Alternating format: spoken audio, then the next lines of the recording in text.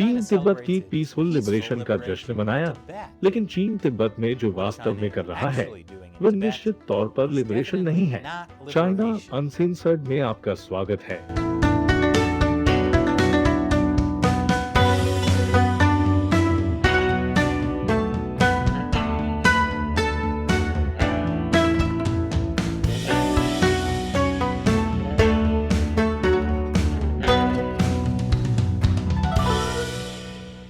मैं Chris chapel हूँ।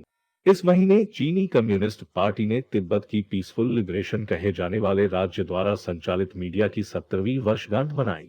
हाँ, पीसफुल लिबरेशन कुछ भी नहीं कहता है जैसे आपके आक्रमणकारी का झंडा आपके सबसे पवित्र स्थल के सामने लहराया जाता है। मेरा मतलब है, आप कह सकते हैं कि कम्युनिस्ट पार्टी का तिब्बत का प्रारंभिक अधिग्रहण ज्यादातर शांतिपूर्ण था, इस अर्थ में कि उन्होंने तिब्बती सेना को जल्दी से हरा दिया और फिर तिब्बती सरकार को चीन द्वारा कब्जा करने के लिए सहमत होने के लिए मजबूर किया। चीन ने एक विकल्प की पेशकश की, एक लंबा खूनी आक्रमण जिसे छोटी तिब्बती सेना वैसे भी खो देती। इसलिए तिब्बत ने अधीनता का कम हिंसक मार्ग चुना। ऐसा नहीं है कि शांति समझौता इतना शांतिपूर्ण रहा। निर्वासित तिब्बती सरकार का कहना है कि तिब्बत पर अधिकार करने के बाद से चीनी कम्युनिस्ट पार्टी ने 12 लाख तिब्बतियों को मार डाला है। इसलिए इसे शांतिपूर्ण मुक्ति कहना ऐसा कहने जैसा है कि तिब्बत की राजधानी लहासा चीन का सबसे खुशहाल शहर है। चीनी राज्य द्वारा संचालित मीडिया द्वारा किए गए एक सर्वेक्षण के आधार पर कहा है, और क्या वे इसके बारे में झूठ बोलेंगे? चीनी शासन वास्तव में इस महीने जो जश्न मना रहा है वह 17 सूत्रीय समझौते की 70वीं वर्षगांठ है। यही वह समझौता है जिस पर कम्युनिस्ट पार्टी ने तिब्बती सरकार को अपनी शांतिपूर्ण मुक्ति के हिस्से के रूप में हस्ताक्षर करने के लिए मजबूर किया। इसमें केंद्रीय अधिकारी तिब्बत में मौजूदा राजनीतिक व्यवस्था को नहीं बदलेंगे जैसे वादे शामिल थे। जाना पहचाना लगता है ना? हांगकांग और हांगकांग की तरह ही चीनी कम्युनिस्ट पार्टी ने तिब्बत से किए अपने सभी वादों को तोड़ दिया। मेरा कहना है, कम्युनिस्ट पार्टी कम से कम लोगों से झूठ बोलने के मामले में सुसंगत है। कम्युनिस्ट पार्टी ने तिब्बत के साथ अपना समझौता लगभग तुरंत ही तोड़ दिया और 17 सूत्रीय समझौते के ठीक 8 साल बाद दलाई लामा पार्टी के खिलाफ एक असफल विद्रोह के बाद भारत भाग गए। और अब 70 साल बाद चीनी कम्युनिस्ट पार्टी के पास तिब्बत के लिए एक संदेश है, कम्युनिस्ट शासन को गले लगाओ।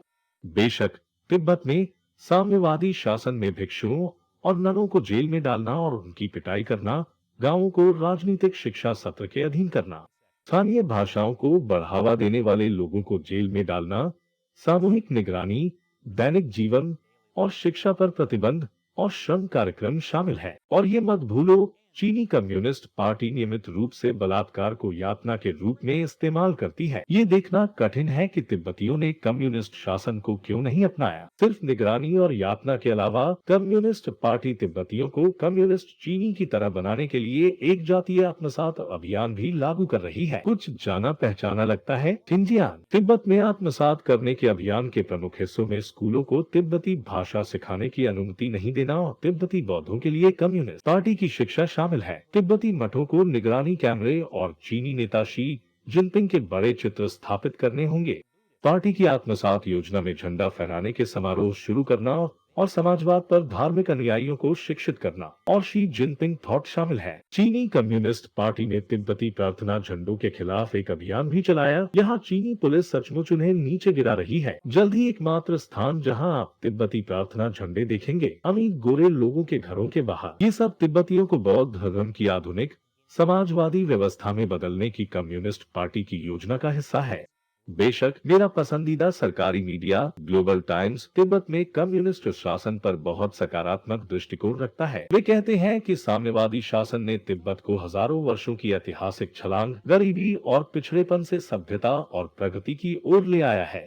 खैर, इसके साथ बहस करना मुश्किल है, खासकर जब से लहासा को अपना पहला मैकडॉनल्ड्स मिला है। जरूर आपकी संस्कृति और धर्म को नष्ट किया जा रहा है और चीनी कम्युनिस्ट पार्टी की पूजा के आधार पर एक खोखले खोल के साथ बदल दिया गया है।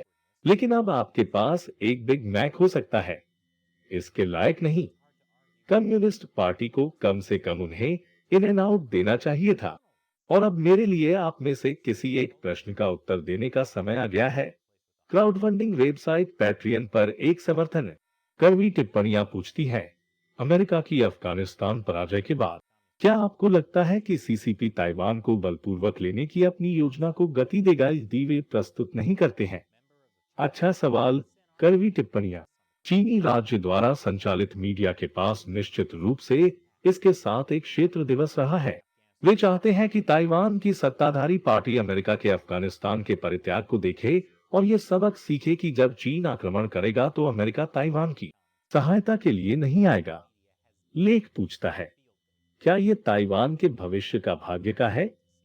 लेकिन जरूरी नहीं कि इस तरह का प्रचार काम करने वाला हो। ताइवान और अफगानिस्तान मूल रूप से अलग अलग स्थितियां हैं। ताइवान एक लोकतांत्रिक देश है और उस सरकार के साथ अमेरिका के अच्छे संबंध है। इसके अलावा यदि अमेरिका ताइवान की सहायता के लिए नहीं आता है, तो चीन को प्रशांत क्षेत्र पर नियंत्रण मिल जाएगा। मुझे लगता है कि इस बात की प्रबल संभावना है कि यदि चीनी शासन आक्रमण करता है, तो अमेरिका ताइवान की सहायता करेगा। और इसलिए आपके प्रश्न पर वापस आने के लिए, मुझे नहीं पता कि अफगानिस्तान चीनी कम्युनिस्ट पार्टी को ताइवान को बलपूर्वक लेने की अपनी योजना को गति देगा या नहीं। ये संभव है, लेकिन चीन की सेना को अभी भी पहले करने के लिए कुछ पकड़ है। अंततः कम्युनिस्ट पार्टी ताइवान का मनोबल गिराना पसंद करेगी और उन्हें अधिकतर शांतिपूर्ण तरीके से प्रस्तुत करने के लिए मजबूर करेगी। आप जानते हैं, किसी तरह के 17 सूत्रीय समझौते पर हस्ताक्षर करें जहां सीसीपी ताइवान को अपनी सरकार की व्यवस्था बनाए रखने का वादा करती है। पार्टी अपने आप में तिब्बत और ताइवान की तुलना स्पष्ट रूप से करती है। चीनी अधिकारी वांग यांग ने तिब्बत की शांतिपूर्ण मुक्ति को चीनी लोगों की मुक्ति और चीन के पुनर्मिलन के कारण एक बड़ी जीत कहा। लेकिन पार्टी के अनुसार चीन का पुनर्मिलन तब तक पूरा नहीं होगा जब तक वे ताइवान पर अधिकार नहीं कर लेते। आओ ताइवान पार्टी में शामिल हो, कुछ भी बुरा नहीं होगा। लेकिन तिब्बत और हाल ही में हांगकांग के साथ जो हुआ उसके बाद मुझे नहीं लगता कि ताइवान के लोग इसके लिए गिरेंगे। आपके प्रश्न के लिए धन्यवाद।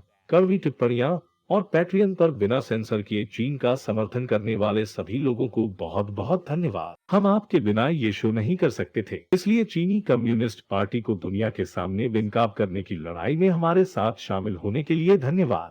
यदि आप शामिल होने में रुचि रखते हैं तो patreon.com/China Uncensored पर जाएं।